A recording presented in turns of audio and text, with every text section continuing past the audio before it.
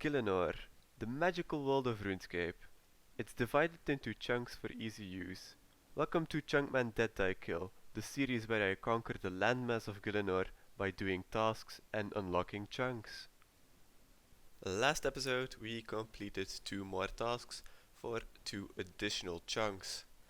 Those tasks were achieving another 25 total levels, bringing us up to 1400, and the other task was completing another 25 easy treasure trails for a total of 50 easy caskets opened. Our map expanded with 2 wilderness chunks, which were both eastern lava maze chunks. Today we start off at 25 kill count for the giant mole and looking to get to 50. I was doing some farm runs in between the giant mole kills, and I was wondering what we could do to improve the situation, that the kills would be a bit faster. So at the moment the biggest thing is that he keeps running away, and we either need the hard diary to have the shield to locate him, or we need to have a main or another player scout this for us, but that's not something we're going to do. The other options are to go and get, for example, if we go to crafting armor, we could go to 71 crafting to get full blue dragon hide, which we can get from the Taverly dungeon. So that would be a pretty big upgrade as well. But I think we better go for something that doesn't require that much levels. We're now, if we kill the giant mole, we're just using our dragon dagger poisoned. This is actually doing the most of the damage, I think, from what we are doing, but it's only normal poison, so it only poisons for 4 at a time, and the hit chance is very low, so even if I do 4 specs, it's a very real chance that we didn't hit actually. So what I was thinking was, if we have fletching and we go to bolts, and we could make emerald tipped mithril bolts, that's 58, so that's only 5 levels, and then that we can enchant into the emerald bolts E, which do poison for 5 at a time. And if we use these, we should be able to do more damage, just because we keep using these and these are quite strong. The only thing we would need, except for the level, would be the crossbow. We would need to make the mithril crossbow, and that's only 54, so that wouldn't be an issue. The only thing was a maple log, but that we have a tree still planted at Lumbridge, and we also need the limbs to be able to make the mithril crossbow, but we can buy that actually in a store here, over here in the dwarven mine. If we go here, there's an archery shop, and I think it's here we can buy the mithril limbs, so we don't need the smithing level to make the limbs, because that would be, if we go to mithril, the limbs would be 56, so that's 5 levels, that's quite high.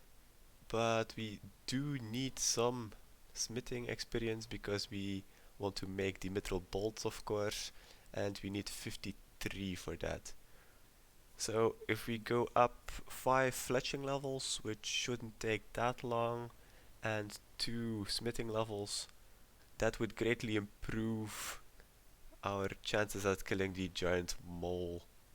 And it's also a very good start, because this is probably what we're going to use when we are doing the fight caves. Maybe before we get all the logs we need for fletching, we're still rocking the black axe. So now that we have the fairy rings unlocked, we can actually upgrade that. So if we configure our ring to BKQ, we can go to the Enchanted Valley. And this is something a lot of Iron Men do at the beginning of their account. But over here you cannot actually chop any trees or fish any fish. You get the random events instead. For example, here mining the rocks, that's also not possible.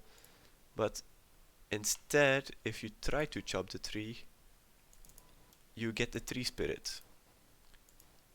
And these tree spirits are going to be the ones that are going to drop us what we need. And there we got the rune axe. This really didn't take long. Only 14 kills for the 1 in 32 drop. So now we can go and cut some trees and go fletch some logs. Been doing some headless arrows while doing some farm runs. And with these last few, this will be 54 fletching, which means we can now make the mithril crossbows and the crossbow bolts.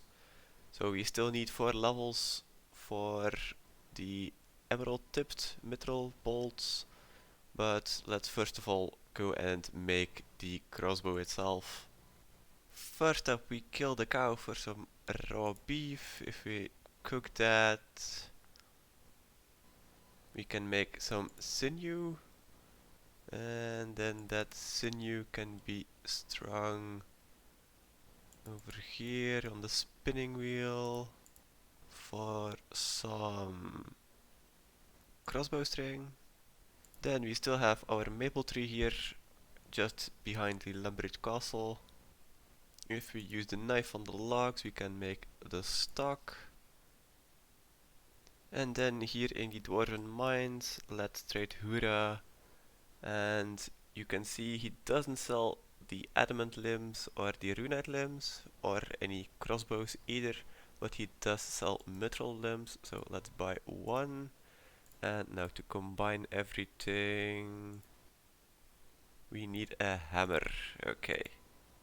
So now with the hammer, let's use the stock on the limbs. Then we have an unstrung mithril crossbow, and with the crossbow string, that's a mithril crossbow. Looking pretty nice. Now, all we need are some crossbow bolts to fire it, so we still have quite some things we can smelt. We even have a lot of mithril ore and coal. Apparently we did have enough of bars and ores in the bank to get to the necessary level, and that's 53 smithing. So now we can make mithril crossbow bolts. We smelted 393 mithril bars, so that's going to be a real good amount of bolts. And that's everything into mithril bolts, so we have a very nice stack. Now the only thing we're missing is the fletching level. If we look at bolts, we need 58, so 2 more levels. We also passed 55, which meant we can now make prod bolts, and that's going to be very useful in the future. We need 55 Slayer for that, and we also need to unlock it with Slayer points, so let's hope we can get to more Slayer in the near future. But anyway, 2 more fletching levels, then to add the emerald tips and enchant them and go and finish our mole task. A couple of hundred willow longbows later, that's 58 fletching, so now we can make emerald tipped mithril bolts. Let's take out our bolts. We also need emeralds, so we didn't have any left and I bought some from the Alcarid gem shop here. So that's a nice 312 bolt tips. Now we can attach them to our mithril bolts. So for range strength this is 82 and these are 85.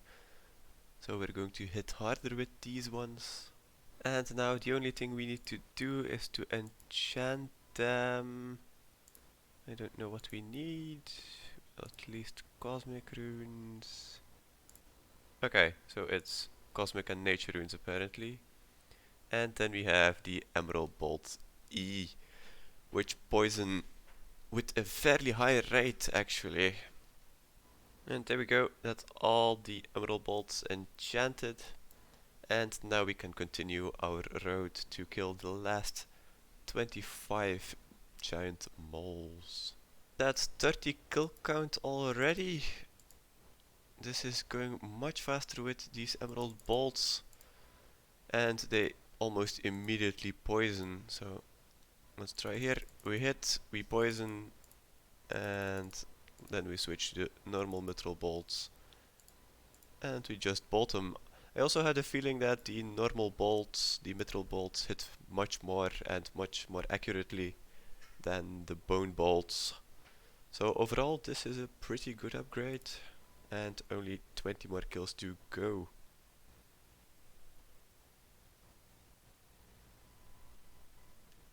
Oh, why are you running? We got a combat task actually. If we check the combat tasks for the giant mole, we got, why are you running? Kill the giant mole without her burrowing more than 2 times.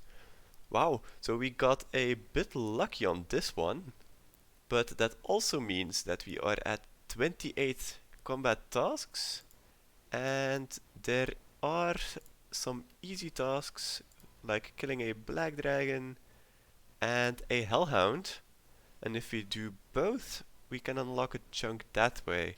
So this was kill number 31, and getting a kill on a hellhound and a black dragon will just be faster than getting 19 more giant mole kills. So let's just leave for now, and maybe we can come back later. We first of all need to get a dusty key, and we can get them from Valrak the Explorer here. I think if we kill the jailer, that was the way to go. Yeah, so we have a jail key, which we can use to talk to Valrak and let him escape. And as a reward we get a dusty key. With that dusty key we can now open this gate here to get to the blue dragons. And just a bit further up is where we need to be. And here we have the hellhounds, but there's a nice safe spot here, just behind these rocks. And there we go, he is nice and stuck. And there we go, that's a hellhound down for the combat achievement, a demon's best friend. And then a bit further we have the black dragons here, and we should be able to use this ladder as a safe spot. Yep, there we go. This is probably going to take a bit longer because it has more hit points and a lot more defense as well. And there we go, that's the black dragon killed for the combat task Big Black and Fiery, or Fiery. And if we look at the combat tasks completed, we are now at 30 out of 410, which means that's another task completed and another chunk we can pick. Before we complete the task, next has been released. So we have added one mini quest, the Frozen Door, and we have added 4 boss tasks, the 1 kill count for Nex, 50 kill count, 100 kill count, and 250 kill count. So that's 5 extra tasks, and they mentioned they were going to add the combat achievement tasks later on to see probably what is possible in the long run for every player. But either way, we completed the 30 combat achievements complete. That was our 6th for 161 chunks in total now. And back to our map we go.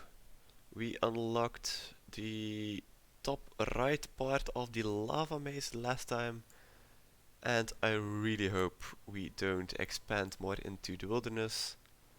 Maybe the crazy archaeologist, but that's about it. So let's zoom in again that we know where we unlock something.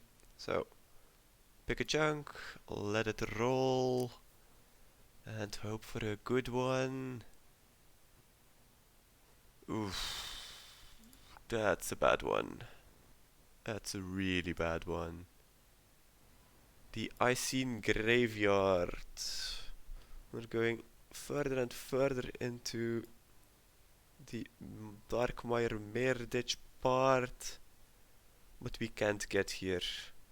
There's no possibility. The boat here, you need to take from here, and you need to do a very late game quest. So that's pretty bad actually. Okay, I guess we're going to go and finish our giant mole task then. And there we go. That 50 kill count for the mole, which gives us the combat achievement task Giant Mole Champion.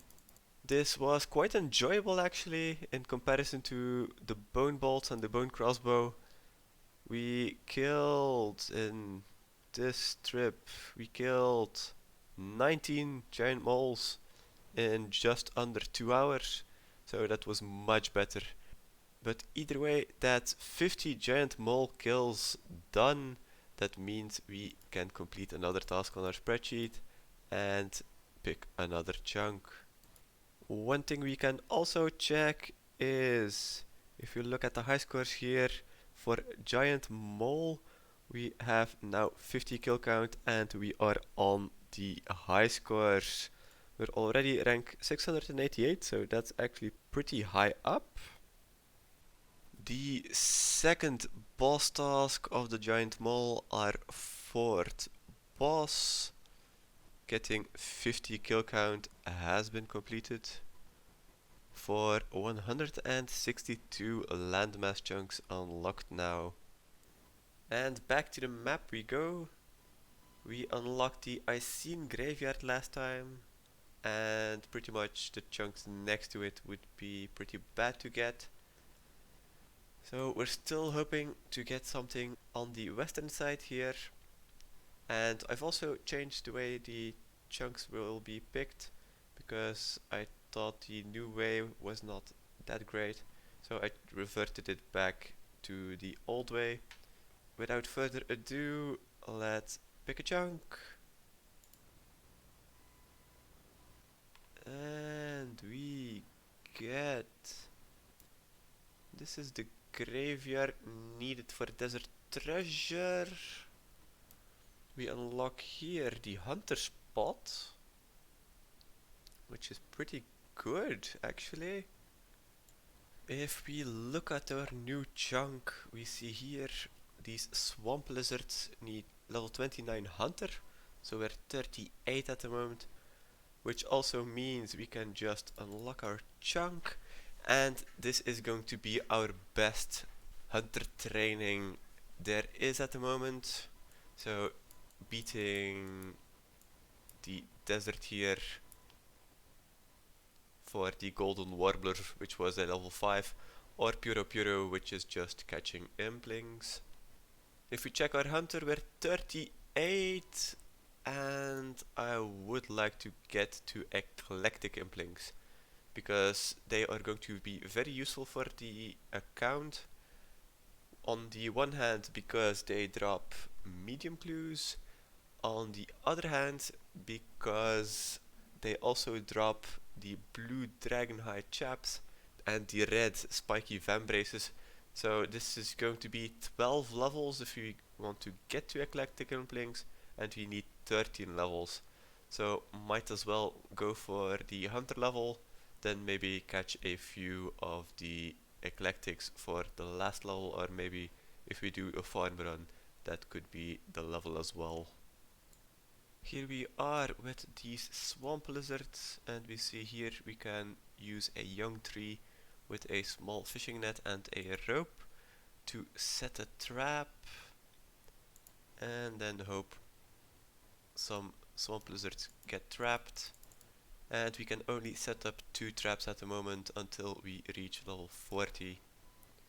So we need 2 more levels and then our XP will be much better with 3 traps, of course. I'm not sure how long this will take, but let's see. For 1 swamp lizard we get 152 experience, which is pretty good actually. You can wield these swamp lizards and use them with melee, with ranged and with magic, so they're actually a quite budget friendly weapon. You only need something to fire it with. So this is a pretty fun weapon. I'm just going to leave or release all the swamp lizards here. Maybe keep 1 for the future. And with this salamander, it's going to be 40 hunter, which means we can now place 3 traps, and this is actually going pretty fast, so we're going to be 50 in no time. And this is going to be the last lizard for a while. With 50 hunter we can now catch eclectic implings. So this was quite fast, and now we only need the 1 total level to finish off the task.